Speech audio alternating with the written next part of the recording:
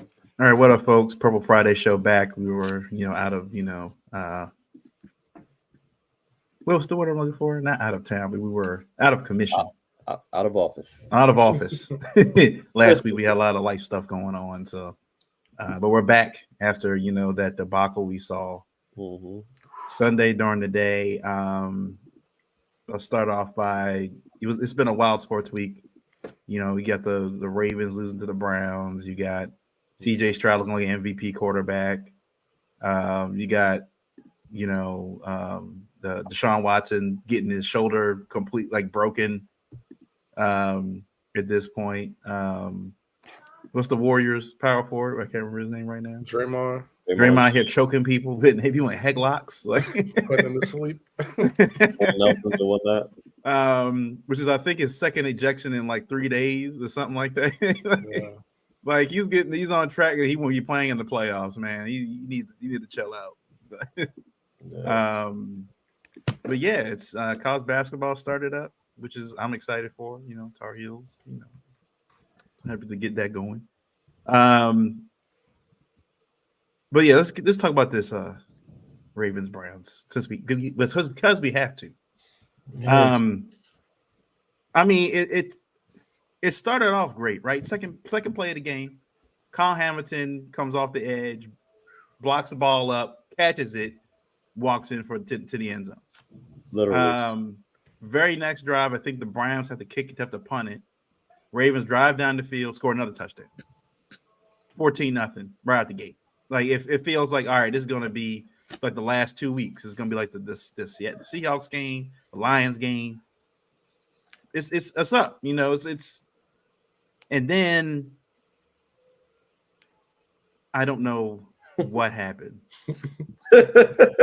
It just I think what it started was right before halftime. Oh man. The Ravens are driving down. I think they're on the Browns 35 or something. They're making their way towards at least another score. And Lamar throws that terrible interception that was supposed to go to Bateman. Bateman's going up. He expects the ball to just going over the top, and Lamar just throws it short. His cornerback's right there. And from I think that, and then the block field goal, I think was the next drive after that. And after that point, it was just downhill. I think they said the Browns ended up scoring 17 points in the second half. They scored 16 points in the fourth quarter. Excuse me. Ravens scored 17 points in the first quarter. They didn't score another touchdown again until the third, and then scored obviously another one in the fourth. The drive that was the main issue for me. I think it was right before the Browns scored that touchdown that ended up, I think, putting them like a couple points behind us. The Ravens were on the field. I think it was like 17 plays, like 7 minutes. Yeah. That's the drive that did them in. After that, the defense was just gassed. They couldn't do anything. Stanley goes down with a knee injury. Makari's out here just getting knocked down to his knees. What's his name? Zeitler ends up leaving the game. He had to hobble off the field. They had Simpson out there. I mean, not Simpson. Breen Cleveland out there playing left guard. It was just for the last few weeks where the Ravens have been relatively healthy and getting healthier. Guys have been coming back onto the field, and now all this stuff happens. Marlon Humphrey has to leave the game. Luckily, it was only I think it was an ankle or a knee. Calf. So it's day to day. Luckily for him. Apparently, same thing with Ronnie Stanley, but obviously they're not playing Thursday night. A comedy of errors. We saw Harbaugh. They said with the blocked field goal, the interior rusher for the Bengals just comes right through the line, puts his hand up and blocks the field goal. You see I think they showed after the replay, Harbaugh looking at Chris Horton, who's the special teams coordinator, kind of like putting his hands up, like what is going on, and it's. The Ravens, they posted that the Ravens are making history for the wrong reasons right now, right? Yeah. They showed over the last since the time clock era, or since they put the clock in, or Super Bowl era, or something like that. They showed the Dolphins, the one I think they went undefeated, the Broncos and the Ravens. every team through 10 weeks that had that's kind of that low trailing time number was 10-0. They hadn't lost a game. Ravens are 7-3. Mm-hmm. They've lost 3 games. And we know why they've lost 3 games. It's not because the other team was just better than them. It's the errors they continue to make. How does Keaton Mitchell only get 3 rushes in the entire game? How? He has 3 rushes. He has the 1 rush for 39ers and a touchdown. Like, when you look at the play in general, like he gets past not only the second level, but runs past cornerbacks and safeties into the end zone, untouched. And he had the one bad end, was that end around play or whatever it was in the backfield. I think he lost like 4 or 5 yards. Mm-hmm. Not his but fault. even the people were commenting like that's not a play the Ravens should be running against Myles Garrett and Zadarius Smith. Like that's not a play they get QT like they're running that kind of play. And they were like, well, Keaton Mitchell's not necessarily that good when it comes to pass protection, so we didn't really want him out there that much. You were ahead most of the game. Mm-hmm. Why did you feel the need you needed to throw the ball more? That's what I didn't understand. I did not understand. We saw I was thinking, is Keaton Mitchell hurt? Like, what's going on? And then we saw, Lamar. The Keaton Mitchell dropped a touchdown. Now I'll give him bail on that one because it looked like the defender was right there in front of him. The ball's coming right. He's diving backwards, and I think he just kind of lost track of it. It just kind of hit him, and he lost track of it. But it felt like some people were saying that he put in the doghouse during the game. And then Harbaugh came out and said, I think the post game, and was like, well, it was just a scheme, and we only schemed up a number of plays for him, and it just didn't work out that way. And then Monday he kind of repeated the same argument and said, well, we definitely should have we put him in more. We got to scheme that up better. We got to do better than that. This is exactly what J.K. Dobbins was complaining about last year. This is exactly what he was complaining about. Why are you not putting one of your most electric players on the field at all times? There is no reason other than for rest that Keaton Mitchell should have been coming off that field. There's just no reason. And you were ahead most of the game. Yeah. And it just and Lamar didn't throw the ball that much. He only threw the ball. He threw the ball 23 times, which is about what we expect. 223 yards. But Gus Edwards had only 11 attempts for 24 yards. You saw Keaton Mitchell was able to get outside. That's what you wanted in this game, right? If Myles Garrett and Zadarius Smith are over pursuing on these plays, especially delayed rushes and things like that, they're over pursuing. Keaton Mitchell just hits the outside. There's nobody going to be that's going to be able to catch him. But they kept everything inside, so the Browns were like, okay, this is what we're going to do. Keep everybody in the box. And that's like what they did. They didn't even try after that Keaton Mitchell run to go back to rushing the ball outside. Even the Lamar designed runs were up the middle. He kept getting stopped. It didn't make sense to me. It just didn't make sense to me. And I go back and say, they asked, this goes back to I think last year or the year before when they asked Mike Tomlin about, when they played the Ravens, and he was like, why do you always seem like you're always prepared to play Baltimore, and you always, for at least the last few years, they come out with a victory. And he's like, the Ravens don't play 4 quarters. We know that if we keep it close and we don't shoot ourselves in the foot, that by the time the 4th quarter hits and we're within even 10 points of the Ravens, we can beat them. And sadly, what we've seen since 2021, I'll say this, even before that, since the end of Flacco, like those 2017, 2018 seasons as well. This is becoming a little too common for this team. Somebody went on Pro Football Reference and did some digging on since Harbaugh has taken for the Ravens' entire history. They said the Ravens have lost 50 games where they've had the lead in the 4th quarter throughout their entire history, right? 50 games. 38 of them have come under John Harbaugh. 38.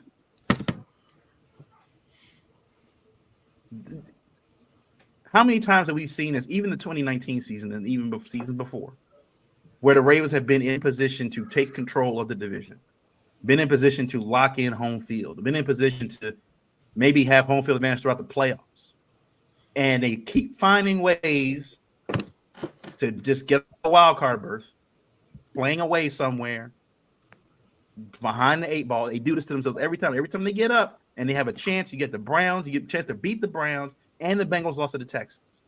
You had a chance to take a commanding lead in this division going into Thursday, and maybe effectively knocking the Bengals out of the division race altogether.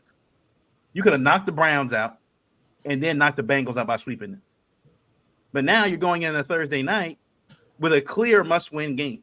Like, I know some of the people on the national media were saying, the Ravens, this is not a must-win for the Ravens. You know, it's more of a must-win for the Bengals because they just lost. They started slow this season, so it's more of a must-win for them. Like, this is a must-win for the Ravens. The Ravens can't, like, the way the AFC is stacked up. The Ravens need at least a home game that first round, whatever round they play. They need a home game. I am afraid that if they meet CJ Stroud the way he's playing right now, you know, and that Texans team come later, the Chiefs are always going to be there. But the Broncos are starting to come around with Sean Payton. Like, there are a lot of good head coaches that could potentially be playing that Ravens the first round. The Ravens need a home game. And for me, I'm not saying the rest of the games from here on out are must win, but I think the rest of the divisional games they need to win. They have to win. But, you know, what was your guys' take from Sunday? Man, Sunday was a rough one. That was a rough, very, very rough loss, man. Like, just the fashion we lost, like you said, in Raven style, just choking up that lead in the fourth quarter. It was just once again, just not a good look. I mean, we've been on a roll. What we had up to that point, 4 or 5 games in a row we won. 4 in a row. 4 games straight. And like you said, winning that game against the Browns, that would have put us in a commanding lead. It would have almost made it as if, you know, this Thursday night game tomorrow night wouldn't even be as significant as it is now. But now, like you said, it's more of like a must-win situation. But in that game, it was just frustrating to watch. I mean, the very beginning, obviously, we started off phenomenal. I mean, you couldn't tell me starting off a game like that, you know, with Kyle Hamilton literally walking into the end zone on the second play of the game, you couldn't tell me that we were going to lose that game. Like, the fact that that's how the game started and then coming back and scoring again on the very next drive, like, it's to me, I thought we were just about to put up 40 points on the Browns at that point. The way the half ended and that interception from Lamar Jackson, terrible pass. In the press conference, he mentioned that, you know, it wasn't a miscommunication and that it was just a bad throw by him. I mean, I still don't know. He could have not been wanting to throw Rashad Bateman under the bus or something. I don't know, but it could have just been a legit bad pass. But I haven't seen him throw a throw that bad in a while, so it was still pretty questionable to me. So that was a bad turnover. The other interception obviously was a fluke play where it just went off the guy's helmet or whatever, you know, 10, 15 yards in the air. And then, I mean, what are you going to do? But that's kind of the way the game was going. Our special teams, I was telling you, Miles, before the show, you know, I'm not sure if it's just the fact that we're scoring a lot of touchdowns this year and our special team just isn't getting the amount of burn, especially like our field goal kick team and things like that. Tucker's been missing kicks. Kicks have been getting blocked. I don't know if that's just a product of us not kicking as much or what the case is, but obviously that area has been dreadful up until this point this season, especially when we're talking about kicks like over 50 yards and things like that. So that's obviously got to get cleaned up. Lamar did not have his greatest game, but at the same time, we still easily win that game had the game plan been in order. The fact that those second half numbers look the way they look, it literally made no sense whatsoever. The run game or the lack thereof in the second half, I think in total we had 15 carries. Hold on, 11, 12, 13, 14, 15, 16 carries total. This is outside of Lamar Jackson running with the football. 16 carries total to our running backs after the half that Keaton Mitchell had. Even if we didn't give Keaton Mitchell the ball as much as we should have in the second half, Gus should have still been closing out that game long before we actually needed to. in our group chat, I was begging for us to just get out of this game. And what I meant by that is, can we just run them off of the field at this point? It's done. The fact that the game was starting to get threatened the way it was, we still had the lead, and on first down, we're dropping back, and we're doing all these extravagant pass plays. What's the point?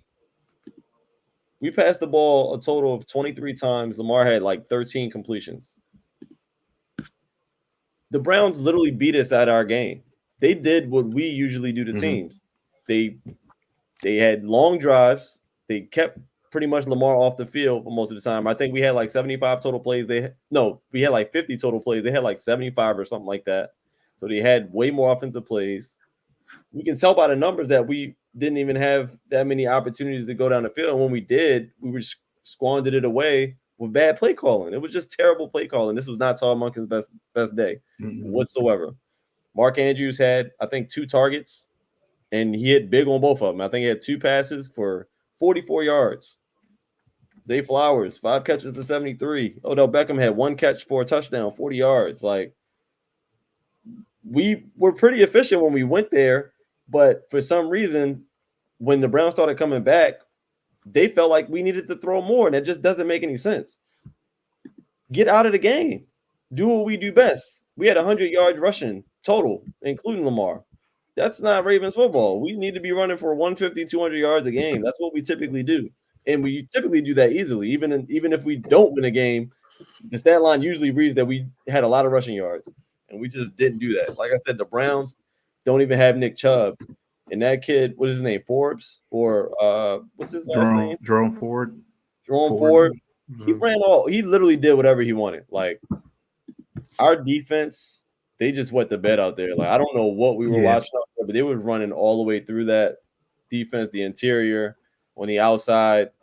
We were not setting the edge at all. They were over pursuing almost the entire game. We did come through, obviously, with a few sacks, which I'm still high on. Like, I'm glad that we're getting pressure. But come on, like, it just is almost like we just kind of forgot all of our fundamentals in this game.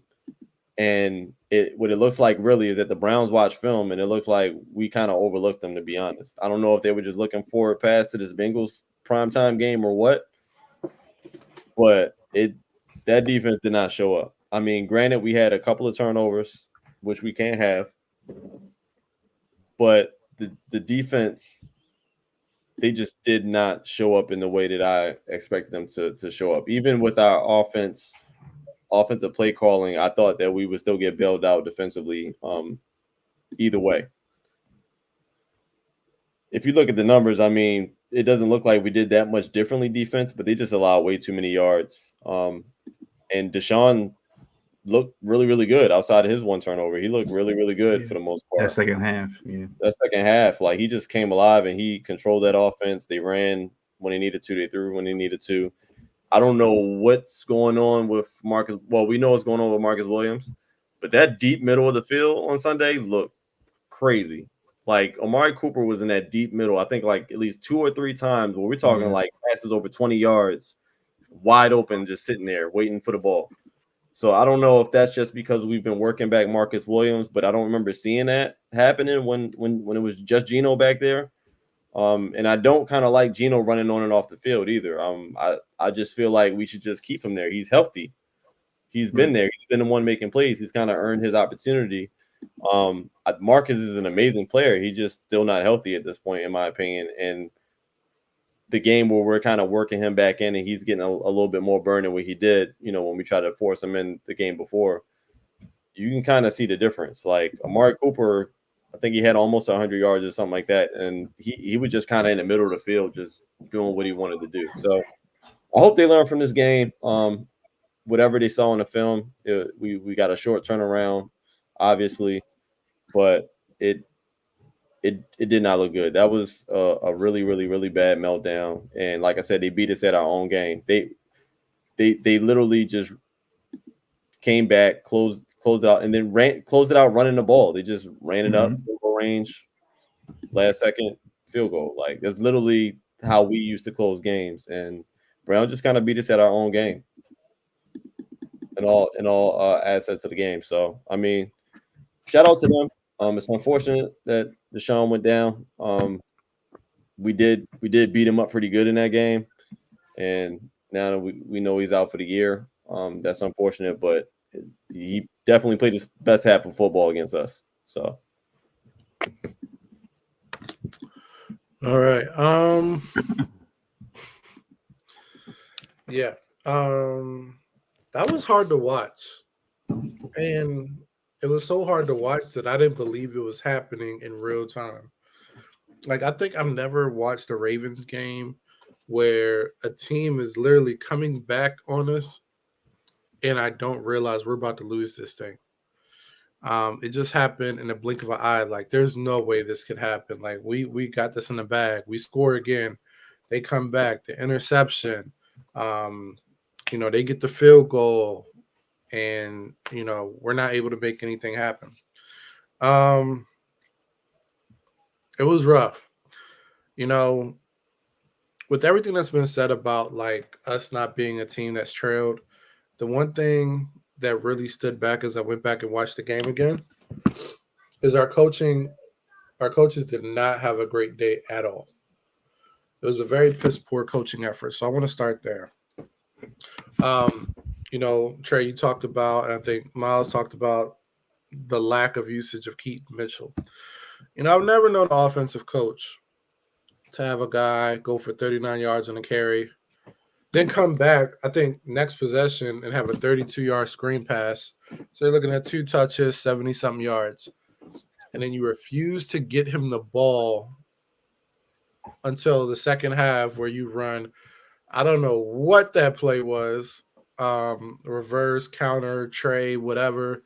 Um, it's just I've never seen a coaching staff not use the hot hand. Usually you feed the hot hand, you try to get them the ball as much as possible, get them in space, kind of, ride that wave until the defense can stop it. I mean, and I don't understand, you're looking at 2 consecutive weeks of Keith Mitchell making plays. Why don't you just keep giving him the ball? I love Gus, no shade to Gus, but Keith Mitchell has the hot hand and you keep pounding the ball to Gus who's getting 2 yards of carry. We need a jump start at these points in time. We need plays that are going to put the team away. And we let this team stick around.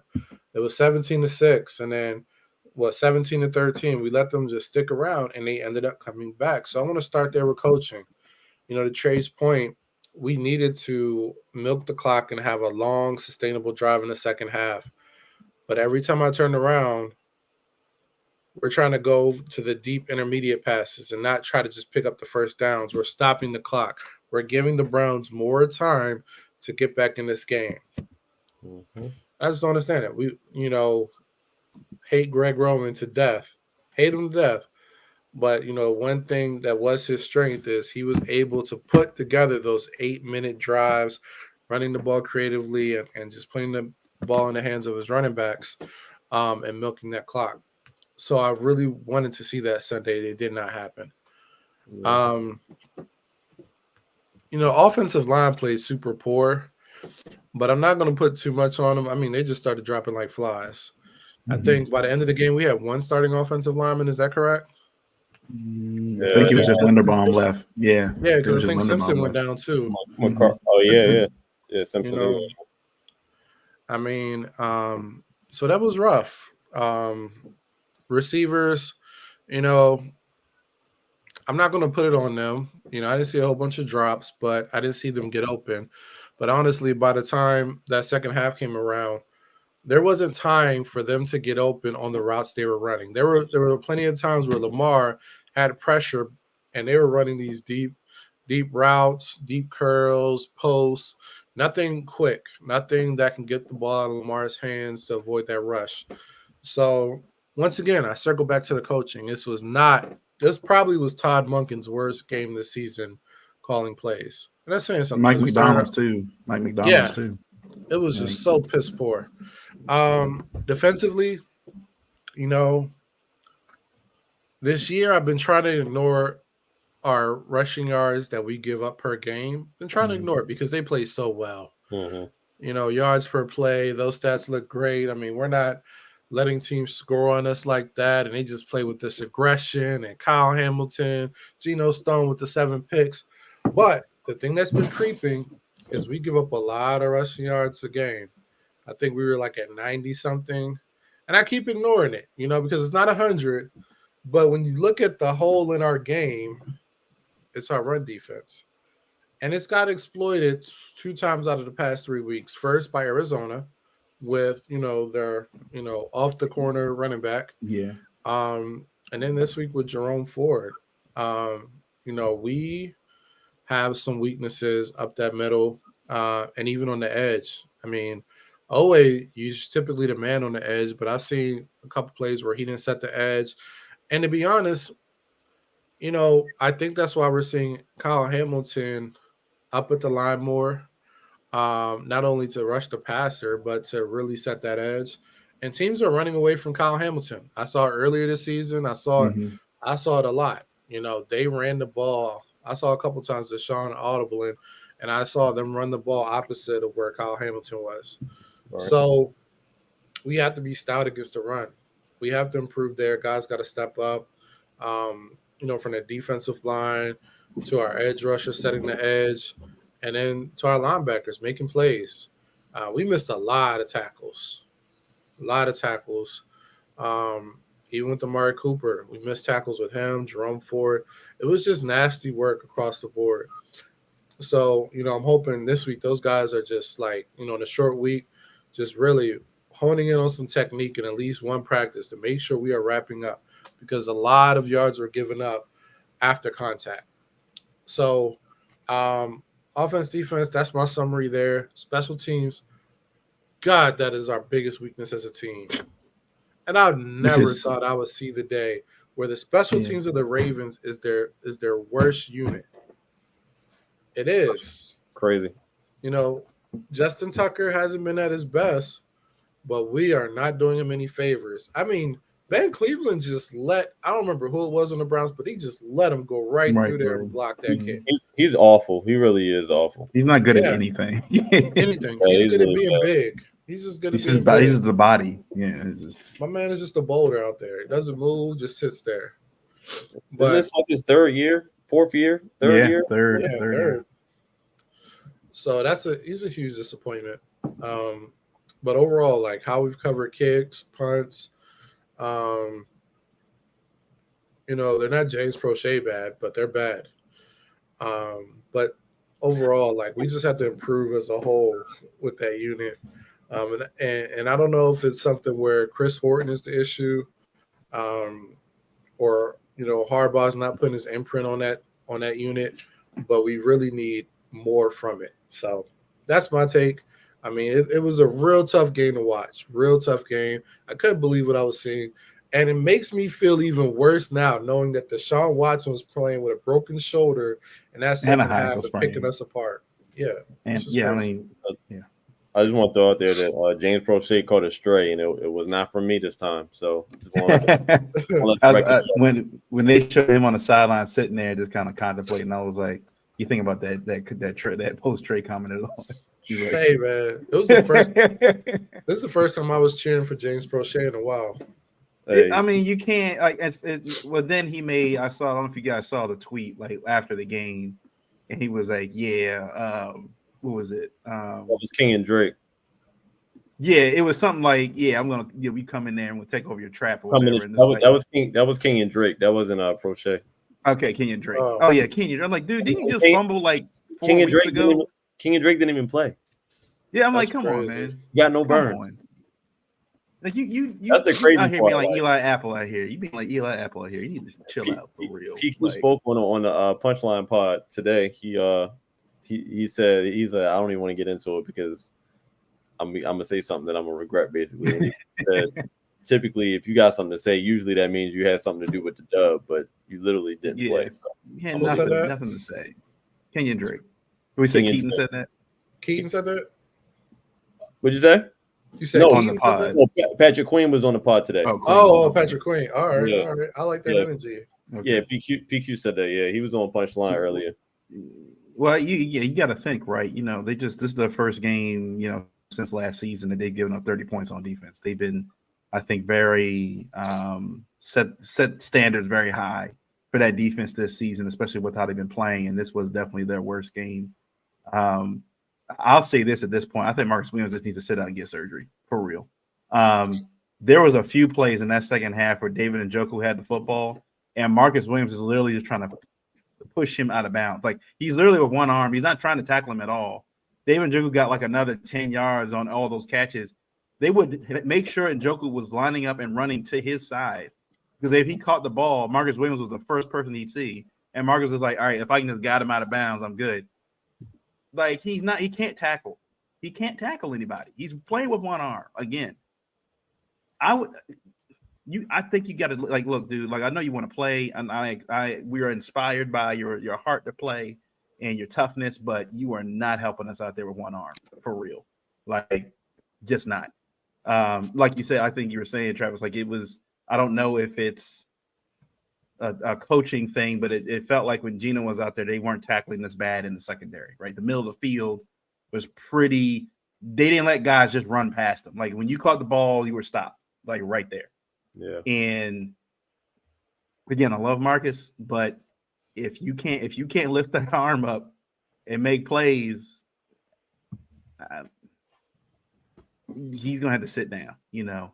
And you know, like you were saying about setting the edge, you know, they're clearly missing, you know, guys like Tyus Bowser right now. Tyus Bowser that was his job. He was one of the best for the Ravens in doing that. I mean, I don't think at this point he's coming back this season. We haven't heard anything about him. And so that just leaves Kyle Hamilton out there on the island. Like you said, you can just run the other side, because who is it? Malik Harrison on the other side? Like, it's, you know, Kyle Van Noy didn't play his best game, you know, this week. It's almost like the Ravens, as good as the Ravens have been playing, they can't afford to make mistakes, right? They're a team right now, and have been, I think, under John Harbaugh, where they can't afford to make mistakes, because we've seen too many times where it snowballs. It's a snowball effect. You start making mistakes, and then everyone starts. It's like one unit makes a mistake, then everybody starts making mistakes. Mm-hmm. I was saying, Trey, before the show started, that one drive, it was actually a lot longer than I thought it was. It was, where was it here? Right at the end of the third quarter, where they scored a touchdown. 20 plays, 10 minutes. 10 minutes. They pretty much died. There was I don't know I forgot how many minutes are in the quarter, but they controlled like 80% of the clock in that third quarter. The Ravens had the ball one time, and they got that 40-yard touchdown by Odell Beckham. After that, the Ravens did not touch the football. 20 plays. That was the 2019 Ravens right there. That's what they did. After that point, everything was downhill from there. I'll give a little glimmer of hope. A little glimmer. The 2000 Ravens defense, as dominant as they were, they gave up 36 points week 2. To the Jaguars. Yep. Okay. Jaguars. Okay. We won the game, but we gave up 36. It can happen. And we can still finish strong. If this is that moment, and they don't do this again the rest of the season, they don't give up 30, I'll take it. I'll take it too. I will take it. But yeah, like, again, it's just you saw it in the crowd, right? The crowd was just sitting there stunned. Like, we thought, again, like I was saying before, like you thought we were past this. It looked like we had gotten past this point, that we can close these games out now. You know, we just destroyed the Seahawks, we destroyed the Lions, and we had a tight game against the Cardinals, but we beat them. We didn't let it get, we made mistakes in that game, but we didn't let it beat us. Right. But here it comes again in the Browns game, and it rears its ugly head. Everybody had Monken called a bad game. Mike McDonald looked like he was coaching against the Dolphins from 2022. Like, which is what we haven't seen during the Roquan era, right? We haven't, since Roquan's gotten here, we haven't seen that kind of game from the defense. So that was even more concerning. I was just like, what is going on here right now? And it did feel like the Ravens, I think, like you guys, I think it felt like the Ravens were looking at Thursday. I think when they got the first 2 touchdowns and they were up 14-0, it felt like they were at home. The crowd's going crazy. I'm at home drinking rum. Everybody's chilling right now. I had the feet up. Like, they're like, here we go again. We got comfortable. They got comfortable. And as the game kept going, it was one of those death by 1,000 cuts things. Like it wasn't. There's a few big plays here and there, but it was just like these incremental things just kept happening. Yep. And it was, but before you know it, game was over. The Ravens didn't trail until triple zeros on the clock. They didn't trail at one time during that game. Triple zeros on the clock. And they lose. And then here are the Steelers out here. They just won. They won their game. They've been outgained in every game that they've played. And yet they're still finding ways to win. Coaching. Yeah. Which is the exact opposite of the Ravens out here are having one of their better offenses. Lamar having one of his best quarterbacking years in completion percentage, efficiency rating, quarterback rating, all that stuff. Having one of his best years. And yet the Ravens, again, are in a situation where they beat themselves. If the Ravens, even with the turnovers, right, decide, let's just run the football. Let's get Justice Hill. Let's get Keaton Mitchell and Gus. Let's just run the football. Zone, run outside, run towards Myles Garrett, make him think it's a pass play. He's over pursuing. That whole side is wide open. Just keep it running. Keep it moving. They didn't do it. Travis, It's only 20. How many times have we seen this now where these hardball Ravens, right, will start passing the ball or start panicking? The hardballs. This is the hardballs right here. Yeah. This Travis, is John Harbaugh, man, with that Keaton Mitchell. John Harbaugh stole the yams again. Stole the Keaton, yams again this week. Stealing the yams, man. Stealing the yams. Stealing the yams. The Keaton Mitchell, what you said, Travis, like, man, I didn't harp on it because I knew we were going to get to it anyway. Harbaugh looked crazy on the podium explaining that one. Yeah. What do you mean we didn't have the plays? I don't care if you don't have the plays. Run the same scripted plays. You have a radio. You have hey monkey. Hey, plays. Get Keaton back out there. Get 34 back out there. I don't care if you have 3 design plays for Keaton Mitchell. Those are the plays you should be running until he gets stopped for no gain. You just keep doing it. So he only knows 5 plays. He was so fast. Yeah, apparently in the package, that's all he's got. That's it. He's got the screenplay. He's been with the team since training camp. Well, that's all. Knows 5 plays. Yeah. What's that on? Coaching. That's definitely on coaching because if that's all the plays he got, and you know the talent that he possessed, the speed that he has, so you would have thought, right? And you're putting it on display this last couple of weeks. The way he outran that touchdown score when, like you said, when the 2 players, and I think it was like 2 players and then the secondary players, the way he put the little small move and then bounced it outside and literally nobody was even close to him. We never even seen that in Baltimore before. That's literally the first time we've seen that. They said he's had the first time players had back-to-back 40-yard touchdowns in Ravens history, which I thought for sure Jamal Lewis had one, right? I thought Jamal Lewis had to have one. Like Jamal Lewis wasn't Ray even Rice. Yeah, he wasn't. He wasn't even fast. That's what, like, we've never even had the speed. It's like Harbaugh. Like, you can't. I don't want to call a man like it's given like incompetent. Yeah. Because anybody with eyes that seen what we've seen in the last couple of weeks knows that, oh, this kid is a closer. Like he's an explosive playmaker. Like this is what he is.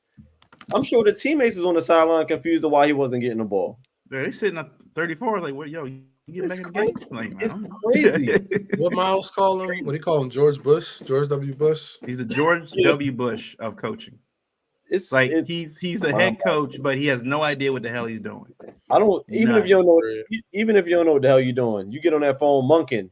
Make sure Keaton gets the ball. Period. I don't care how you do it. I don't care how you draw it up. More Keaton Mitchell, please. Thank you. You would have thought, right, after last week, that Monken, like, all right, I want you to just write up some plays. Do you think I want at least 20 plays with Keaton Mitchell in it? Do you think Mike Tomlin sees that on the field and he don't just repeat that until it stops working? Mm-hmm. Like, that's what's frustrating because I'm like, I know the coaches that are like would jump on that. It's coaches probably salivating like, wow, they got this kid now. Like, I don't know what we're gonna do. And the Ravens sit back not even using them. That's ridiculous. But Yeah, I just whatever. wanted to mention this That's why I didn't before. be able to keep Mitchell during my take because it was going to piss me Yeah, off. it's It pissed me off. Oh my gosh, it makes no sense. He's so good. He's so good. And I said that wheel route, right? If me catches a touchdown there, I'm like, it's there. He can beat everybody. He can beat everybody. You give him one-on-one, he's beating that guy to the end zone. Like, Oh yeah, all day. Yeah, and the fact that he got the one drop, like that wheel route in the end zone, that was money. I mean, the defender did make a good play when he stuck his hand up, so it kind of distracted him from the catch. But it was there. I mean, Lamar put it right. You're not gonna go back to that?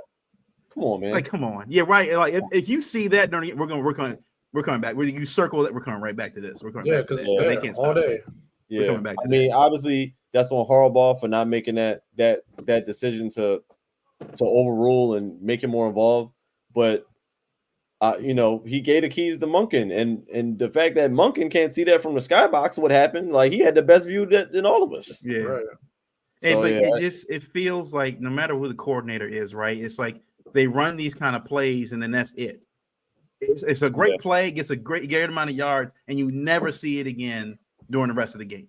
It's like, if you see a matchup issue, hey, we're running that. Like, you tell Lamar going into the huddle, like, look, if you see that one single high safety and we got Keaton in the backfield, run that wheel route play.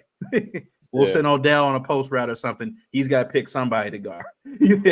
He got to pick somebody. And I'm looking at the comments. Corey mentioned, he said he thinks they probably they could have put him in a doghouse for blowing a pass block assignment. I don't That's not care his job. That's not his job. He's not there. He's not there to pass block. If you got him there on a pass block and play, that's another bad coaching decision. Yeah, and this is what I hate. It seems like with the Ravens mentality, especially on offense, it feels like they want everybody to do everything, right? I want every running back to do this. I want every wide receiver to do that. No.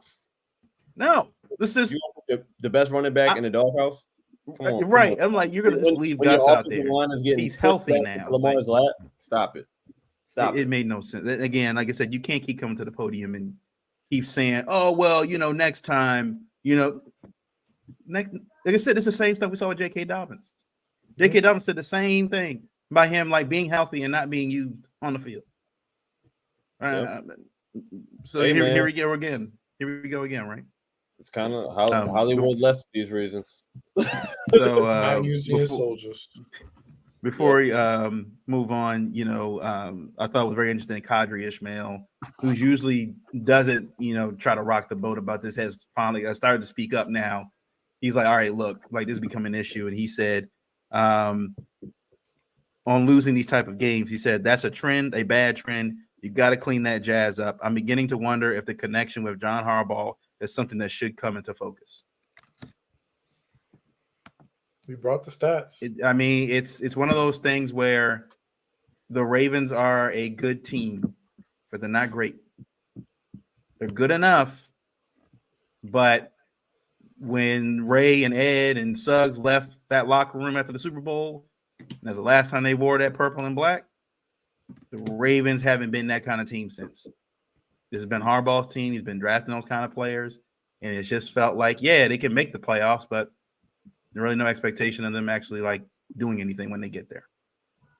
So, look, I said this before Lamar got his contract. I think that if this season doesn't go as planned and Lamar has his stats, Lamar has he continues to have his great completion percentage. He still looks good. He's evolving as a quarterback. And you're seeing these issues again with Keaton Mitchell not being utilized. Zay continuing not to be utilized the way we think he's supposed to be utilized in this game.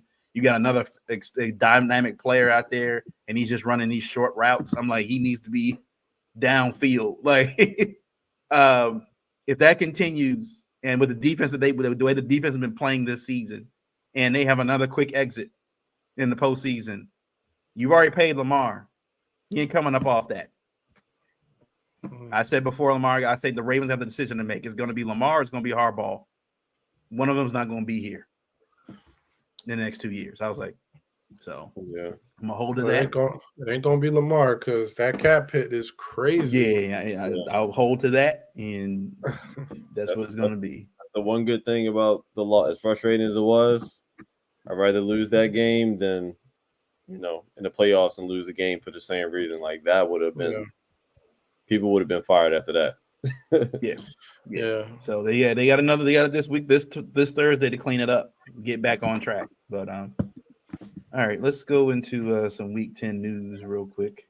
We saw the Texans obviously beat the Bengals. Joe Burrow threw 2 picks in the fourth quarter, which is you don't see that from Joe Burrow usually. They've been playing. They had the same kind of trend. They had won 4 straight games, playing really well, and they made mistakes, bit themselves. C.J. Stroud had another phenomenal game. They got something cooking down there in Houston. It's clear that D'Amico Ryans is doing a hell of a job coaching that team right now. Even being a defensive guy, CJ Stroud is making waves right now. Again, he's a rookie. He's only played 9 games or whatever. But he's starting to show some glimpses that he might be the better of the Ohio State quarterbacks that have come out recently. I'm usually not big on Big Ten quarterbacks. They usually don't play well in the NFL. But so far, I mean, he's been dynamic, and the Texans definitely got something going there. And look, the Bengals, the only saving grace I think for this Thursday night before we go to the games is that the Bengals have to fly into Baltimore this Thursday. The Ravens are at home. They don't have to go anywhere. They can just take the cars in and park them, so they have to wear all traveling and stuff like that. So that's the only saving grace. And they're wearing all black Thursday night. I think the Ravens' record when they wear all black is pretty good. And he said the Bengals away primetime record is, I believe they said 0-14. What? Really? Oh, wow. Away since, I can't remember since when, but it's pretty bad. So knock on wood, but I don't like how this is setting up for us. It just seems it's a must win. It's a must win game. Yeah. They don't have a lot of. I think the only other saving grace here is that because it is a short week, the Ravens didn't have a lot of time to kind of stew on what happened Sunday. We got to focus on Thursday night. We got to get ready to play. Lamar, obviously, I think he had his press conference today or yesterday, and he seemed pretty pissed off about how he played. Lamar's been pissed off. Like, even after the games they win, like, he just seems like he's like, nah, man. He knows, like, I'm not at the level where I need to be yet, and he's continuing. He's locked in. I feel like Lamar for sure is locked in. He's not going to have a great game. Look, Joe Burrow, 2 picks also in the fourth quarter. I just thought it was funny how, on First Take they had that segment ready again about Lamar Jackson. They didn't have one about Joe Burrow though. I didn't see Joe Burrow get a segment. He threw 2 picks and lost the game too. I wouldn't dare. So, I shout out to Dan Orlovsky who called out Shannon, Uncle Shannon, about are we going to talk about Joe Burrow? And he's like, what? I didn't hear. Don't act like you didn't hear the question. Like, we going to talk about Joe Burrow? Because y'all always ready to come on here to blast Lamar Jackson every time he has a bad game. Y'all didn't want to say anything the last 4 weeks. Nothing the last 4 weeks. As soon as he loses, I don't trust Lamar. I don't trust him anymore. Even though they said last week he was an MVP candidate. But that's just me. Look, Unc is a different man on First Take than he is anywhere else. It's the Mickey Mouse Network, man. It's very, very strange. Yeah. His narrative that he's willing to die on a ledge for, but neither here nor there. Yeah.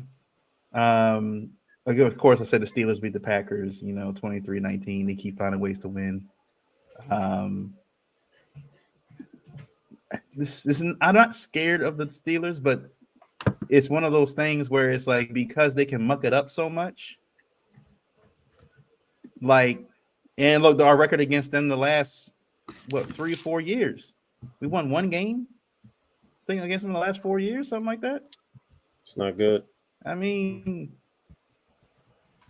again, like, I feel like Tomlin's just in. It feels like Waterboy, right? The Waterboy movie, where like at the beginning of the movie, the head coach is just afraid of the other head coach. Like, he just can't. He can't get past him. Mike Tomlin is in his head. Like, he can't get. Yeah, I just like Harbaugh just looks to the other side, and Tom is looking at him like, you know, we're gonna win this game, right? Like, we're gonna beat you. And Harbaugh feel like just kind of ducks back, slides behind the line and stuff. Like, takes his headset off. I'm like, where's Harbaugh at? But 49ers get a big win, 34-3. Guess they're back against the Jags. It looked like they was back. Yeah, the Lions beat the Chargers 41-38. What's up with the Chargers, man? Coaching. Are they just done? Like, They're talented, but yeah, I agree with Trey. It's coaching. Like, there's no reason. Herbert hasn't been playing that great either, too. Herbert's been making some uncharacteristic mistakes as well. Yeah. But like you said, it's a Staley effect, right? Staley is a worse version of Harbaugh. He's worse. Yeah, probably. They're on the same ilk. They really are the same ilk. The way they game manage, like they're terrible. Yeah. It's a shame you guys got Keenan Allen, who's healthy right now, balling right now, and you still lose that football game. Yeah. Raiders beat the Jets 16-12. I'll say, I don't know if you guys noticed, Mark Davis got rid of the bowl cut. He got rid of the bowl cut now. He's got a regular haircut now. They've been playing great. Made fun of him. Me. That was me. That was like, the bowl. You can't trust a man with a bowl cut. You can't. And they said since he's gotten that haircut that they're winning now. And it's a different energy in that locker room too. You see them smoking cigars. Antonio Pierce, man. And Pierce showed up in a 6'4". Like he rolled up there in a 6'4" to the parking lot. Like, I know we were supposed to talk about it last week, but when Josh McDaniels had that heart-to-heart with the team in the locker room, the way the reports came out, if it sounded like they broke that man mentally, like they broke him. They said he came back to practice the next morning and like he was just unengaged. He didn't care about starting practice. He didn't seem to be. He felt like he wasn't there. And then that afternoon, Mark Davis fires him. Antonio Pierce apparently came in when he said his piece to the players and stuff, and about what was going on. And he said, we were playing because he was with the Giants, I think, when they were doing Super Bowl teams. And he was saying, this is what the adversity we faced. We played New England Patriots, and we knew this team was this. We knew this team was, that they had the record and everything, but they weren't that good. We knew anybody could be beat. And we can go, as long as we go out there and play hard, we can, be that. And Josh McDaniels pulled him to the side after he said that and said, don't ever say that about the New England Patriots ever again. You're the coach of the Raiders, man. What do you care about the Patriots at this point? That's insane, man. And that's why he's been sent home. Yeah. That's why. Coaching matters. Culture matters. Coaching matters. Leadership matters. Like, no matter how good your team is or how bad your team is talent-wise, you're gonna get more out of guys no matter what their talent level is if they want to play for you. Like, it just is what it is. Like, we can see what is happening. It's literally what's happening in Pittsburgh. It's literally what's happening in Houston. Is literally what's happening with the Raiders now that they've changed over the reins. Like, these are teams we saw it week in and week out what the Raiders were doing on TV. They were a mess. The Raiders were a mess, and they're a talented team that was a mess. Like, they have dogs on their team. They got Max Crosby, Devontae Adams. Like, it's not like they were scrubs. They were looking really, really good. The Texans, nobody had super high expectations on them, but they have better leadership now. And it only took them a few weeks to figure it out. And look how they're balling. Their coach. They're playing for D'Amico Ryan. D'Amico Ryan is a leader of men.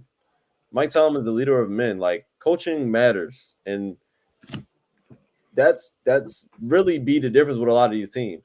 When you look at the Chargers, it looks like they're loaded. Look what they have on defense. Corey Covenant, Khalil Mack, Bosa, Derwin James. James. Yeah. Put those three guys on any other defense with Mike Tomlin or with the D'Amico Ryans or something like that. MVP candidate. Top five player of the year, yeah. Like, it matters. And at the pro level, I think it matters even more because you got guys making a whole boatload of money that are probably perfectly satisfied with collecting the check and going home. Yeah. But when you're playing for the right leader, you know, your job is a little bit more fulfilling than cashing the check and going home. You're playing for a little bit more. I mean, a lot of guys say they won a Super Bowl, they won a championship, but you can't really get that full effort out of them if they don't want to be there. And the best way to get a player to want to be there is to have a good coach who makes them want to be there. So yeah, it matters. You can see where it matters. Look at a team like Detroit. I don't think anybody thinks Detroit is like a top 10 talent bed of players, but here they are. Like they are in first place in their division. They look great, except when they played the Ravens, and you know, they look like something that's going to be formidable for the future. But by all means, Jared Goff's your quarterback. So like, how seriously can you really take the talent? But you know, you see a group of guys who believe in Dan Campbell, and they're all in with whatever he says. They're fighting for him. They're down for whatever he's preaching. And you see where a team can go with that. I mean, you see it with Tomlin. With him, when his Tomlin had a losing record, it's still like he still has that streak. I don't Yeah, think Never he had a hasn't losing had one record. since he started coaching. That's coaching. And I mean, he hasn't had Big Ben in what 3 years. Even when he had Big Ben, he was recycling through first, second, third string QBs. And you saw what happened when we had to do that. You know what I mean? He was recycling through his whole depth chart of QBs for years. Because if we look back, Big Ben was getting injured throughout his whole career, not even just the last few years. So, I mean, they've always been successful regardless of Big Ben being in there or not. So I think it just comes down to coaching, man. And we see it with our team. We have talent up and down the board, but have the stupidest losses and the biggest failures, the biggest letdowns. So yeah, I mean, like Trey said, coaching culture and leadership. Yeah, it's like I said, it doesn't get brought up. A lot of people in the local media don't want to talk about the Harbaugh thing because the Ravens do win. You know, they get 10 wins, 11 wins in the season, and no one wants to talk about it. You know, it's like we were saying about the Browns game. You know, when you have glaring issues, you don't, when you're winning, you don't really care about it. Like you said, 90 yards, 100 yards. They've been giving up these rushing yards every game. Didn't really matter until you started losing by it. Yeah. You know, once you start losing by it, it becomes an issue. And that's just my whole issue with the Harbaugh thing is, regardless of how inept and stuff he appears to be, they still find ways to win enough games each season. Or Steve Bisciotti's like, I don't need to move on from him. No, it is what it is. But when you got Lamar there for 5 years, the intent is there. We're gonna try to win the title. We're gonna try to win one. I mean, Thomas not going anywhere anytime soon.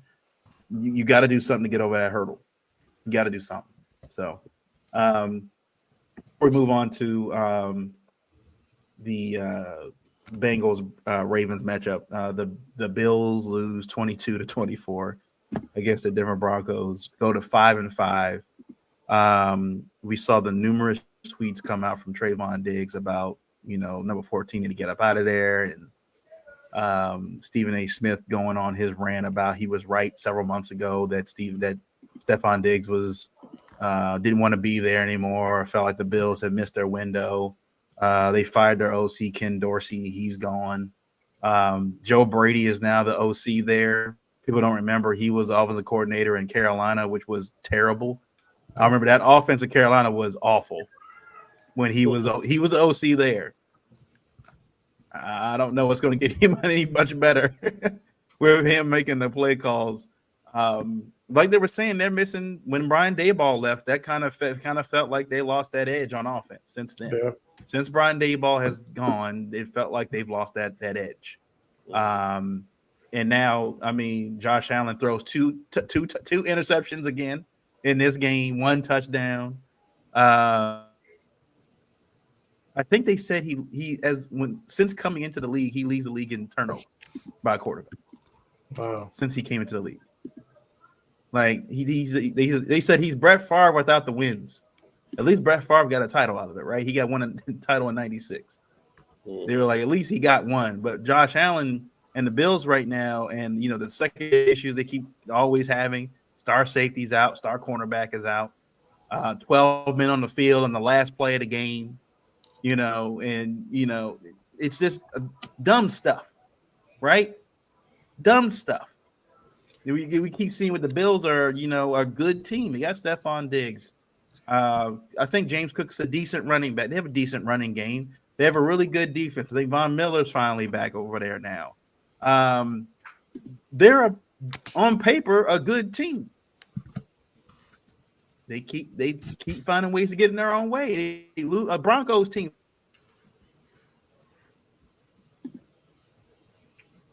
What? Did we lose them? I think so. I was trying to see who's going to come back. This was a primetime game that they lost in. There you go. This was a primetime game that they lost in Buffalo. Again. Like, how many times are we going to see this, right? They just lost in the playoffs against the Bengals at home in a playoff game. Like, the Buffalo home field is no longer, like, I'll say it like the Ravens. For the last few years, home field ain't been home field for us. Same thing in Buffalo. Buffalo used to be Buffalo in December and January and February. One of the toughest place to play. Bengals went up there in the beginning of the playoffs and did work. And you had the Broncos coming in town on a primetime game at night and come beat you. Come on. Like, they better watch out. Bills better watch out. They're close to not making it. Like, they're a couple division losses away. The Jets are still, I think they got to play the Jets again. And they better be careful. Yeah, they have not looked like themselves whatsoever. Josh Allen is making a lot of mistakes, which is weird because like he still makes a lot of good plays. He's just widely inconsistent with his play at this point, and it's like each game is kind of going like this, even though they might speak out with a win here and there. But that game against the Broncos, like some of those throws, I was just like, wow, I just don't understand it. I don't know if it was necessarily like I know they fired Ken Dorsey after the game. I don't know if it's on him. Like, yeah, I agree. I feel like they just needed a scapegoat. They made so many mistakes in that game. I mean, the turnovers, the fumbles, like it was just a wacky game. You would have thought that was a Thursday night game. The way it went. Yeah. And in the Broncos, it's not even like they were really generating like a ton of offense. They just kind of generated on the drives that they needed to score anything, and they kind of came out with the win that way. So, yeah, I mean, I'm actually shocked. I mean, I would love to welcome Diggs with open arms here in Baltimore next season or whatever the case may be. Like, if that's what he wants to do, we would gladly take him with open arms. But I don't know. It's not no lack of effort from him. I mean, I feel like Diggs, he plays hard in these games. He does what he can to get open. He didn't get as many targets. Maybe, obviously, I don't think that was a concerted effort. Maybe, that's just the way they played the game. But yeah, it just didn't look good. And for it to be against a Broncos team who they were in Buffalo, correct? Like they came into their in Buffalo. Like that's crazy. Like the fact that the Broncos had the ball, like it could have got bad for them. The Broncos had the ball at like the 40-50 yard line on their possessions like mad times. Yeah. Like it could have been a lot worse than what it was. So that's super alarming for Buffalo. Yeah, I totally agree. Man, Josh Allen's reckless. I mean, he is what they say Lamar is. I mean, I ain't saying Lamar is like a super protector, but like Josh Allen, like I don't understand what's going on with him. I mean, he wasn't a turnover but he's been this way before Diggs Diggs got there. He was like this before Diggs got there. So, yeah, I'm just wondering. Like, I didn't see it in college, and he comes to NFL. I don't know if he's a product of his success is a product of Diggs because he was able to spread the ball around. But I mean, he's very reckless with the ball, and I guess when you have that cannon for an arm, you can be. But he's really hurting his team time and time again, and when it matters, he's coming up short. He's turning the ball over. He's going to put up his stats, but he's making huge critical mistakes that are costing us team the game. But media doesn't care. They're gonna harp on black quarterbacks. But I'm very scared about the Bills. I mean, we're seeing a lot of teams trending down, and not even just the Bills, but to lose to the 70-20 Broncos that's bad. I mean, I was starting to hit the panic button, and of course they did. They fired the OC, but if he's not the problem, what are you going to do next? Mm-hmm. We're halfway like through the season. Joe Brady is the new OC in that offense that he ran in Carolina. We got him fired. So I think he was the quarterback, if I'm not mistaken, in Buffalo, which is why he's taking over the job now as OC. So I'm like, well, if he didn't fix the issues with Josh Allen as a quarterbacks coach, yeah, I don't think it's gonna get any better. Calling plays like it could get real spooky real quick for the Bills. Like it could get real bad. We won't talk about the Harbaugh thing. We'll do Bengals. All right, Thursday night, Ravens versus Bengals. Blackout game. Ravens have told the fans to wear black. I think this is one of the games I wanted to go to just because I heard like the night games are really, especially the primetime games, they do like the whole Crazy. show and that whole thing. So it's it's a must-win game. I don't really know what else to say. They said they already played the Bengals earlier this year, and they beat them. Obviously, they didn't have Odell in that game either. I think Joe Burrow played. Did he? I think Joe Burrow played in that game. Yeah, he did. He did? Okay. So, but he was still dealing with that calf injury. So when we played him? Yeah. Yeah, he wasn't great, but he did say, because I was listening to a show with an insider, they mentioned that Joe Burrow was healthy majority of that game. He just tweaked it at the very, towards the end. Okay. So they've been using it as an excuse for a lot of the games, but he was healthy for the most part when he played us. So don't let them pop out and say that we only got that dub because he was hurt. He tweaked it in that game, but they said he was good to go when he played. Now I saw on the injury report that Trey Henderson, who did tweak an injury during that Texans game, I think will be playing Thursday night. But Sam Hubbard is out and T. Higgins is out for this will be his second or third game that he's been out. That's a big loss on offense, I think, for the Bengals. T. Higgins has given us problems as of late recently. Yeah. Not having him on the field, I think, is going to be interesting on how the Ravens attack that because they won't be able to have Tyler Boyd kind of just running free and around. So they're going to be able to probably put Brandon Stevens on Jamar Chase, and then you'll probably be able to put maybe Rock Ya-Sin or somebody on Boyd and Darby or some kind of combination of that, Geno Stone and stuff like that. So that's going to be interesting to see how that plays out. Now, what I am concerned about, especially with our rushing defense has been playing like since the season started, is dealing with Joe Mixon. Joe Mixon has been giving us problems since I can remember. He's great out of the backfield. He can catch the ball. He can run the ball. If they don't have the guy, and expect at this point, probably expect Kyle Hamilton just be playing in the box the whole game if Joe Mixon is back there. Like I don't think that's gonna. You can't remedy that. Seeing how you don't really have any other outside linebacking help, unless Kyle Van Noy just plays his butt off. During that game. So it's going to leave, either Geno, Marcus, or whoever's playing the middle of the field kind of on an island back there. So they're really going to have to bank on they're going to need their best cornerback play in this game. Brandon Stevens is going to continue to play well. They're going to need Rock Ya-Sin and, Darby to continue to play well in this game. However, I think the Bengals gave up, if I'm not mistaken, in that Texans game. You said pull it up here.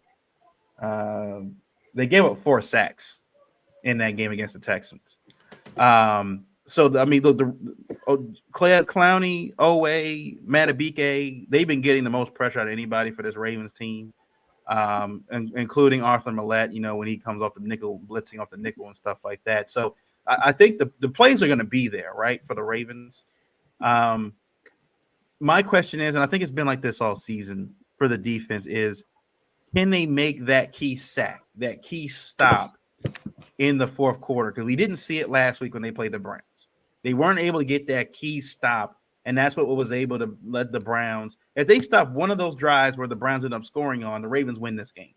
May not be by a lot, but they win the football game. Mm-hmm. And the Ravens have been getting, great plays in the first half and some great plays maybe in the beginning of the third quarter, but come time the fourth quarter rolls around and these teams keep hanging around. The defense is missing tackles. The defense didn't read the right play or didn't do this right or whatever. And the team tends to hang around. They're only down by 10 points, and they end up finally getting their way back in the game. And the offense has been struggling, haven't scored since the first half. And it just, again, we've seen this story before, right? Can the Ravens in this primetime game, they can get 4 sacks, but I think it's more of a matter of when they get those sacks. If they're getting them in the third and fourth quarter, that's perfect, because then you're stopping potential game-winning drives and then catching up. On the offensive side of the ball, I think it's clear. Like, look, the Ravens have been putting up 30 points now, the last 5 games? Yep. Or last 4 games or something. They did at least the last 4 games. They've been averaging 30 points now a game the last 4 games. 5. So they lost this. They went on a 4-game win streak and lost. So the last 5 games, they've been putting up 30 points. I don't think that's an issue at this point. I think now it's just a matter of the fact we got to say this again, in the fourth quarter, making sure you don't keep your foot off the gas. If that means you win by 14, you win by 14.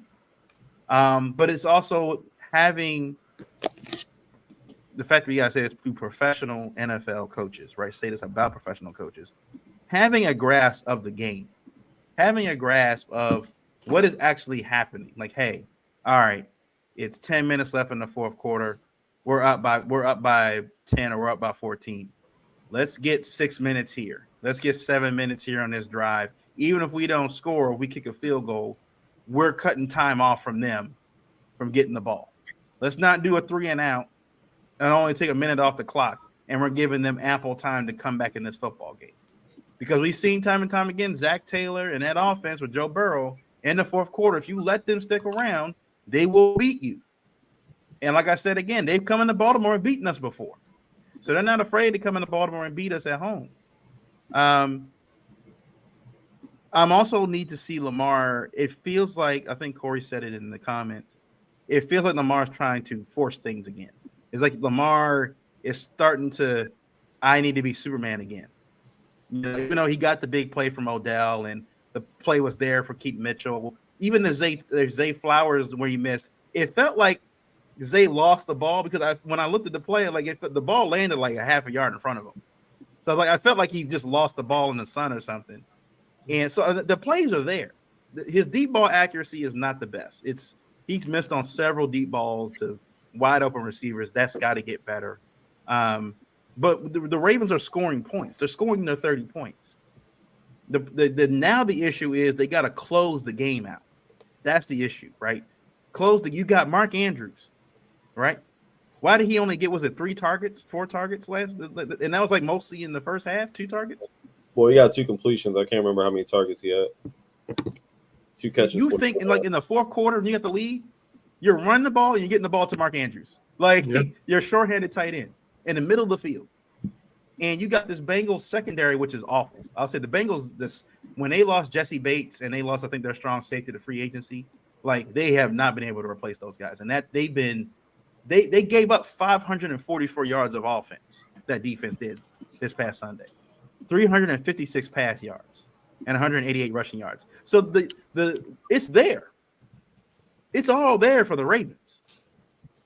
Question is, can they get out of their own way? Let Keaton Mitchell cook. Let him do his thing out there.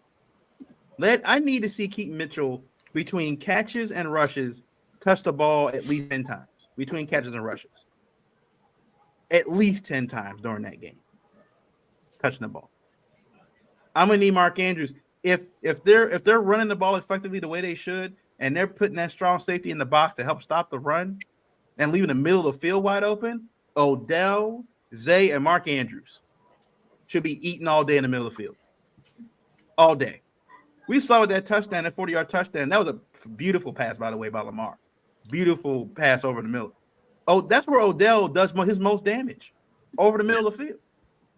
If they're going to be bringing that safety up and they're running the ball effectively, it's going to be there. Like, if the Ravens play the game the way they should against the Bengals this Thursday night, this game should be over by the third quarter. It should be over by the, but the way this offense plays, it should be over by the third quarter. Now, again, the one thing that concerns me is Stanley's going to be out. I think Zeitler's going to play, but obviously he was dealing with an injury coming off that game. Morgan Moses is going to play, but he's dealing with a shoulder issue. Again, they won't have Sam Hubbard, but Trey Henderson will be in the game. The line hasn't been look, John Simpson, I don't know. He might be out. I don't know if he's going to play this game. So that means Cleveland is going to probably have to play. So that left side of that line is going to be a real issue for the Ravens in this game. That left side, if Stanley's out and Simpson's out, that left side is going to be a real big issue for the Ravens in this game. They're talking about Falele or Falafel and Ben Cleveland. Like I don't like that at all. So I'm thinking in this game, like you need run the ball, play action pass. They need rollouts. Have Lamar just rolling out, having that line move. Don't have these guys just blocking straight up in the pocket. They need to make sure that Lamar, whatever is moving, so that buys him a little bit of time so he can look downfield and make a play. They just can't have him back there standing straight up trying to throw the ball, because if he's the way Lamar's been holding to the football lately, he's going to hold the ball. He's going to get knocked out. He's going to get hit, whatever, or throw an interception. They got to – I hope – it's a short week, but I'm hoping that Trey T. Martin and the quarterback coaches that he has around him are telling him, like, look, this game, that left side, your blind side is not going to be well protected. It's just not going to be. Mm-hmm. You're going to need to make a decision, whether it be to take the ball and go or throw something quick. I feel like the down the field over 40-yard or 50-yard stuff, I don't think it's going to be there this game. It's just not. Your line's not going to be sending guys overloading on that side, getting pressure on Lamar. They're going to need to just, take what they nickel and dime them down the field, get rush yards. Like we said, keep Mitchell's explosive. The way what he's shown us now the last two games, he's going to get you a 30 or 40-yarder in the game. He's going to turn the whole side of the field around. So you got to use the weapons that you have. I'm hoping that another tight end emerges in this game, like Likely or Kolar or something that they, that defenses haven't seen yet. Bidding Likely out there that they won't really know what to do with him when he guards out there. But before I get to before we, I get to you guys, I just think that if the Ravens play their game the way they're supposed to, the way they've played the last 3 weeks, not last week, but the 3 weeks before that, if they do what they're supposed to do, this game's over by when the third quarter is over. They're putting Tyler Huntley in the game. That's why I think. Yeah, I think. First of all, I'm excited for this game because, and it's almost good that it is a short week, for us fans, because we get to get over this loss rather quickly that we just had, this bad loss. So I think you kind of hit on what I was going to say as well. I kind of agree with mostly everything that you said. Offensively, just to start, what I wanted the game plan to be against Cleveland is pretty much what I wanted to be against the Bengals, and that was to play bully ball. I think I said that last time we were discussing. I want the Ravens to get back to that bully mentality. Like, the reason we got beat last week was because Cleveland beat us at our own game. And what's that? Playing good defense, running the football, and then burning teams on play action. And we just have not seen enough of that in this last previous week. So, it is, we were on a 4-game winning streak. Cleveland game was kind of like an outlier as far as our performance. So I'm just hoping that's exactly what it was, just, an outlier performance. And now that we have this opportunity against the Bengals, I think first and foremost, we got to give our playmakers the ball. I mean, we got all these shiny new toys on our team this season. I mean, I think we kind of week 1, week 2, week 3, like we were like excited. We were using everybody. Like we need to get back to that. Zay Flowers had a really, really good game last week. We missed on the deep ball. That's something that's got to get better. Lamar has not been great with the deep ball this season. He's overthrown quite a good number of receivers at this point, and a few to Bateman, sort of one to Zay Flowers, like that's got to get cleaned up. I don't want to see him throwing the ball down the field a ton of times, but in those opportunities that he gets, like we got to be a lot better. And I think Lamar is better. I think it just is what it is when that comes, and I think they'll come when they can. But running the ball, we gotta bully them in the run game, especially with our offensive line kind of being hampered at this point. We got to make them respect both assets of the game, like we've been doing majority of the season. I mean, Lamar plays best when there's a threat of the run, as do most quarterbacks in the league. But Lamar really excels when defenses have to respect the run and the pass, without loading the boxes and things like that. They have to respect the pass. So I think he was 13 to 23 or something like that. 13 to 20 something last week. Like we want to see those efficiency numbers, a lot better than that. 13 completions is probably not going to get it in this game against the Bengals, but I do want to see more than 14, 15 carries from your running backs. So I think it's kind of clear what needs to be done offensively. I just want to see smash them in the mouth with the run game, and I want to see a lot of play action off of that. And I want to see the ball in our playmakers' hands. Two catches for Andrews in a game is not really Ravens football. Like we just got to do better than that. Zay Flowers, give him some routes where he doesn't have to necessarily make a move. Get him in stride. I don't think we've seen Zay Flowers much in stride. The biggest play Zay Flowers have had so far was in, I think, week 1 in Houston when we threw that bomb and he caught it on. Was it Houston or was it?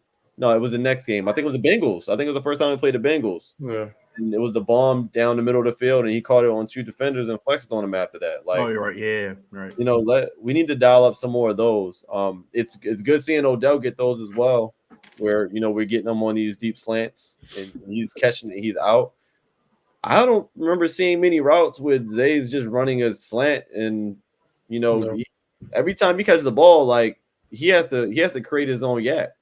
So I think dialing up our playmakers and our best players with speed on offense, when we are throwing the ball, I think that would be ideal. But outside of that, this is the game where we're gonna have to give the keys to Keaton Mitchell, man. I think he should be the primary. I don't care if we can start Gus, let him come out first on the first drive and do his thing, and he's gonna keep the defense honest with when we need a hard runner or for a yard gain or something like that. When we're trying to get a first down, I get it. Use him as the bully back, obviously, but we need to utilize his speed on offense. So, keys to the game is simple. Just don't do what the hell we did last week. Do the opposite of everything we did last week, because I don't know what that was that we was watching on the TV. And defensively, Mike McDonald, I don't really have any doubt that he's going to make adjustments in this game. It's going to be a lot tougher without having Marlon Humphrey there, because he is going to have to get a little bit more creative, and he's already known for being that creative mind on the defensive side. So I'm not as concerned with him because we also have just the talent up front. I think we can probably generate enough pressure to take a lot of that that pressure off of our secondary. So I'm hoping to live off of that. I think Matty BK is going to have a huge game for some reason. I just feel like it. If our edge rushers, if they start closing in on Burrow and he has nowhere to step up in that pocket, it could be a long day for him. And that was ironically one of our worst issues last week. Deshaun was just stepping up in the middle of the pocket, and there was no one there. It was just free. I don't know what happened in that game where those issues were created, but that's something that they got to clean up with. But I do think, they figure it out this week. with whatever stunts they're running in their run defense. I just can't imagine them having a back-to-back performance. But to me, Joe Mixon is just as dangerous. I mean, Joe Mixon is not only running out the backfield, catching out the backfield. The run game isn't as great without P. Ryan there, which was kind of like a 1-2 combo that used to kill us in the past. But Joe Mixon by himself is still a threat that I'm concerned about only because of the type of game we came off of in Cleveland with Ford. And yeah, like I said, whatever they do in the secondary, they're gonna figure out something creative, do some creative things with Kyle Hamilton, because no Marlowe, the guys are gonna have to step up. Like somebody's gonna have to step up and make some plays for us. And I think on that side of the field, I don't really have a doubt that Mike McDonald can make that adjustment. So that's really the key to the game. I really have nothing for Roquan and PQ. I feel like for the most part they do their thing. Roquan had another 20-something tackle game last week. Yeah, 21 tackles. Yeah. I'm not concerned with what he's doing. I'm not really concerned what PQ's doing outside of. We're still seeing a lot of arm tackles, broken tackles that needs to be cleaned up. It's just hard. Like, what do you do? Like, there's no time to even practice that, especially with a quick turnaround from Sunday to Thursday. I mean, outside of verbally telling the guys, this is what we're seeing on tape. This is what you're seeing on tape as we're watching it, and that's what we got to clean up. So hopefully, those little things get cleaned up on defense. I can't imagine having a repeat of that performance this week against the Bengals. I do feel like we outman this team as it stands with the injuries and things like that right now. I am nervous that our offensive line is down a bit without having Stanley, and then we got to put Macari on the left, on the blind side. Kind of scary, especially with Trey Hendrickson planning to play. Doesn't make me feel the greatest, but hopefully Monken can kind of scheme away from him based on whatever they game plan for. So those, a lot of things got to get fixed from last week, but those are the keys. I mean, it's a lot of bullet points, but it's kind of simple. Do what you've been doing outside of last week, and then they should be fine. Yeah, he's right. Running like with that knee he's got, run right at him. Make him make a move. Make a move.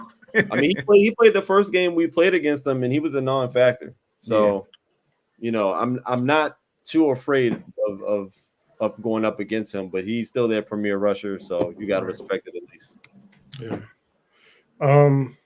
The keys to the game are Keaton Mitchell. I saw Duvernay might be out. He's questionable for Thursday. Yeah, I saw that. I think he had a concussion or something. Yeah, like his replacement would be Keaton Mitchell. Could be the Keaton Mitchell show. But offensively, Keaton Mitchell on punt return. I missed that. You said Gus what? No, Duvernay. Oh, okay. Keaton Mitchell returning punts. Yeah, and kickoffs. I like it. Yeah. So what happened to Duvernay? Hamstring. Hold on, I just saw it. Hold on. Was he even on the injury report? Yeah, hamstring. He was limited Tuesday. Yeah. Didn't practice today. He's questionable. Yeah. Wow. Okay. And John Simpson. John Simpson is sick. He should play. Yeah, the keys to the game got to be Keaton. I mean, he's been our best playmaker the past 2 weeks, and I think we're only seeing a glimpse of his potential. Mm-hmm. I think this is a game where Keaton has to get 16 touches minimum.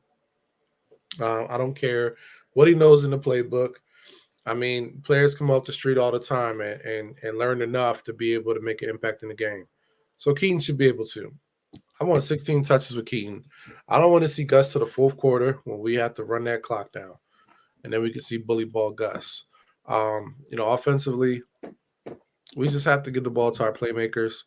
I want to see more slants with Odell. I want to see those same slants with Zay. Yeah. I mean, I think y'all called it out. I don't have anything different to say that y'all haven't said, but I just want to emphasize we need Zay to run more than an out route, a bubble, a screen, and a deep ball. I think they need to put him in more positions, be a little bit more dynamic and switch it up with his route running. Because there's so many areas. He's a great route runner. I mean, that was one of his strengths coming out of college is his route running. Mhm. So, I expect him to be moved around and used in that capacity. Um, but I want to see Lamar just be just more in tune with his receivers. I mean, I don't think that was a bad throw, and Trey, you said it. I don't think it was a bad throw to Bateman. I think he honestly thought it was going to be a comeback. Yeah, Um, miscommunication there. yeah, and that's been a trend. What every game this season, even the Right. good games. So I want to really see him get on the page with his receivers. Um, I'm nervous about the offensive line. Y'all highlighted it with Makari, Morgan Moses. He's always someone that scares me. So I want to see us doing a little bit more chipping when we're in pass protection. Um, just giving Makari some help because we really have to protect Lamar. I mean, not only for his health standpoint, but we want to see him make plays and to be able to really take advantage of any deep throws. If we want to start connecting more deep throws and making it happen more, we have to protect so Lamar can be in a position to make those throws. Um, I want to see Isaiah likely more involved with the offense. I mean, when he's been in there, he's made plays. Mhm. Mhm. I really want to see him more involved. I think this is a perfect opportunity. We're talking about adding a little extra protection. I would love to see him chipping off on the defensive end and getting out in the flats, letting him get some yak. I mean, I'm not talking about big plays, 20, 30 yards, but I'm talking about picking up first downs. So I would love to see him more involved. I mean, we have a lot of playmakers, and I think, we're underutilizing them overall. I know a lot of that is a product of being able to protect the quarterback, but I think we're just not giving a lot of guys an opportunity to get the ball. Um, so I want to see Monkey call his best game. Get the ball to your playmakers. You preached it all off season. You want to get guys in space. You want to get our playmakers the ball. Show up and prove it. Because I haven't seen it yet. Um, Defensively, we have to finish plays, top to bottom, in coverage, linebackers making tackles, safeties making tackles, um, pass rushers, defensive line, finish the sack. I mean, we got to get Miles's guy, Dr. Sack, up in here and making sure these guys are finishing these plays because I'm tired of seeing Every game. Clowney just like missing Clowney and sacks. Oway, both of them. Like, Yeah, like it's great. You beat the offensive line, but you got to finish the play. bring them down, right? Yeah, I don't know if we got to get those guys a little heavier, a little stronger, but we got to finish those plays because every time last week we saw that become a first down run or a scramble and a pitch and catch. I think on one of them it ended up being a touchdown. Um, we got to finish plays, and I think that's the key to the game on defense. We got to finish. We can impact on every level of the field. We're great in the secondary. We're great at linebacker. We're great rushing the passer on the defensive line. But our weakness is the missed tackles. We got to finish those plays. So I think those are the keys to the game. I don't want to talk about special teams. I want to focus on offense and defense. I hope the game doesn't come down to special teams unless Keaton Mitchell is back there, kick returner, or punt returner. But overall, it has to be the Keaton Mitchell show. We have to see. Yeah. And it's not even just because he has the hot hand, but because he has the hot hand amongst our runners, we got to see if this kid can do with more than 3 touches. We got to. We got to Yeah. see what we got, especially going down this home stretch into the playoffs. We got to see what we have overall on offense because when we get into the playoffs, it's not going to be – we're not going to have substitutions. It's like basketball. We're not going to have the substitutions and personnel groupings be as diverse as they are in the regular season. This is your opportunity to see if this guy can be your playmaker come the postseason. So I want to see the ball in his hands. Yeah, I really, I mean, look, if Harbaugh takes anything from other coaches, look at how the Bengals have used Joe Mixon in his entire career. That's how the Ravens should be using Keaton Mitchell in the pass game and the rushing game. Like he can do both. I also just want to see kind of like what we saw. I think it was the Lions game. I think it was the Lions game. So more of this, like if you're going to have extra guys in the block, whether it be Ricard or Kolar or whatever, Like have them go out for a pass, like in the same formation, and they're blocking their guy, and they kind of leak out, and they're just wide open. Like because it was there. Gus had it on one play, Ricard had it on another play. Like the plays were there. So I think if you're gonna know you're gonna be overloading on the side where Hendrickson's on, and you're gonna pick Ricard, or you're gonna pick Kolar or somebody else out there to block. Don't just keep them in at a block. Like utilize them, like you were saying, Travis. Like if you're gonna have them out there, guys that can catch the football, have them involved in the game. So the defense has to account for them. So even if they catch one or two or get one or two targets or something like that, Atlanta defense like, if they come in, they can't just like block them and disregard them. You're gonna keep guys in to block them, and they're not being utilized. Like, they're just here to block. They're not here. They're not going to do anything. If you have them out there and then bam, then leak out 20 yards, 23, 30 yards, something like that, crazy. Like they gotta account for it. So again, they have the formula. Look back again that Lions game. That's what they did. They did it in that game. So I'm like, you've done this. You've practiced this. So I think it's the perfect game for it. This is a game where, look, you lost to the Browns. The Steelers are creeping up behind you, and this is a situation where, if you're not careful, you could lose this division. If you're not careful, the Steelers could be in here and be outgained in every game that they play from here on out and still win this division. They're still winning football games this way. This is the time to just knock the Bengals out completely, right? And you have a chance to knock them out. You already got the win. You got the win in week 3. I think it was week 3. You got the win in week 3. Knock them out. And then all you got to do is worry about the Steelers the last game of the season, week 18. So, handle business Thursday night. If I'm Roquan, if I'm Lamar, and we're talking like the guys, like it's real simple tonight, man. It's real simple. We knock these dudes out. We control our own destiny here for the division. Plain and simple. We know how to play football. We're going to have some tough opponents coming up before we get to the Steelers, but we knock the Bengals out tonight. We have one more game that we really have to win to really knock this division out. And who knows, the Steelers could falter and lose a couple games here and there, and the Ravens pick up a couple games, and it may not even matter come week 18. So, but tonight, Thursday night, we got to handle business. We can't leave plays on the field. With this Harbaugh, the Harbaughs have been known to do, leaving plays on the field. They can't do that anymore. They gotta take advantage of what's there. And it's again, we're seeing these teams week in and week out putting their foots on these teams' throats and just not giving, like you saw what the 49ers did. They didn't 34 points to 9. Like the Ravens again have done this already this season to the Seahawks and the Lions. You've done it. Just keep doing it. Just keep doing it. Agreed.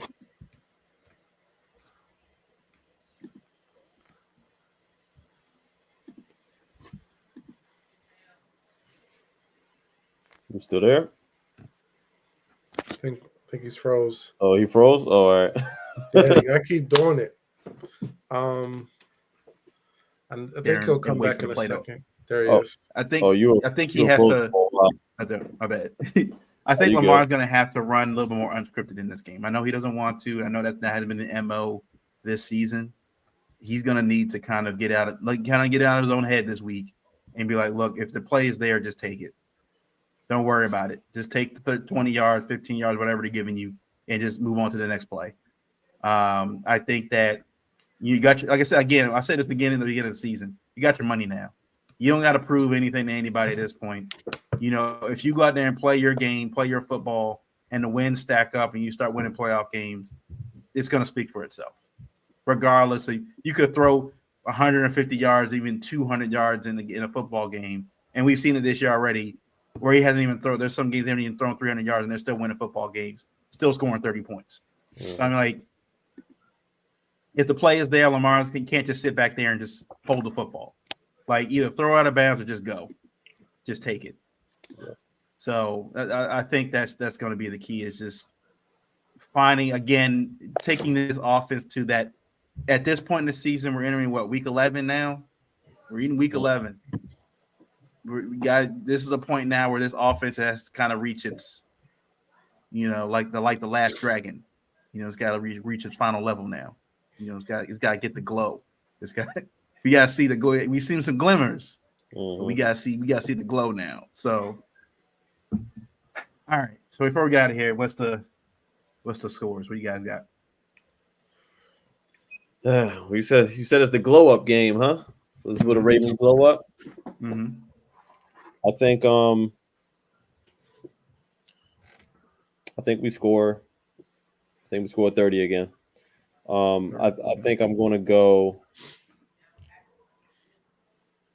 This is tough because I'm thinking more so how many points we're going to allow, and I just feel like our defense is going to answer back. As long as Jamar Chase doesn't go crazy, I think our defense will be fine. But I'm gonna still give them 20 points. I'm gonna say we're gonna win 30-20. Yeah, 30-20. I'm gonna give us the dub. I think we'll win by 10. I think we'll keep chasing in check for the betterment of the game. I think he at least gets under 100. Okay. So to me, I think that's a good day if we can do that on defense. And offensively, I think we make the necessary adjustments. I think Keaton Mitchell gets in the end zone twice. I was nervous for a second because I thought you were going to say my score. I have 31. I was going to go higher, but I have 31-21. Then I came up with that before you said a word. Yeah. I believe you. 31-21. Man, almost the exact same reasoning. The only thing that scares me about the Bengals is they have the highest turnover differential in the league, despite having, a bottom 15 offense and the third worst defense, yardage-wise. So turnovers scare me. But I think the offense does turn it up, man. I think Todd Monken listens to this podcast. He gets Keaton Mitchell the ball. We have a successful game. I don't think it's going to be an easy 31 points. I think there's going to be some cringe moments and some sacks that, we give up. But I think we come to play. The defense, for the most part, is going to play solid. We'll have a couple hiccups here and there. But overall, I think, this is a very steady 31-21 victory. Okay. I just wanted to mention the Bengals are actually ranked last in the league when it comes to rushing yards. Thank God. Only averaging 3.6 yards in the game. So Good. Again, I think that's more of the P. Ryan effect, like not having him being the more of that in between the tackles running back. So again, Joe Mixon can still be dangerous, but they haven't been running the ball well this year. So if they make them one-dimensional, great. My score is it's I think 11-point victory for the Ravens. It's 35-24. That's what I got. 35-24 for the Ravens. Again, I think it's the Ravens play they were supposed to. This thing is over by when the fourth quarter starts. It's kind of game. They may score like a garbage touchdown. The Bengals do at the end of the fourth quarter to in the fourth quarter, but to make it 11. But the game's over by then. So, they said Big Boy is performing at halftime. Carmelo's going to be there. So, blackout night, Thursday night game. I like that. I think that's a good recipe right there. So yeah, that's gonna be a bit from us. We'll catch you guys hopefully when this airs. This will be more of a Ravens win when this airs. Hardball, just don't steal the yams. Keep the yams on the plate, man. Keep the yams in the tray. Don't steal the yams. Hey, that's a wild statement. Keep the yams on the tray.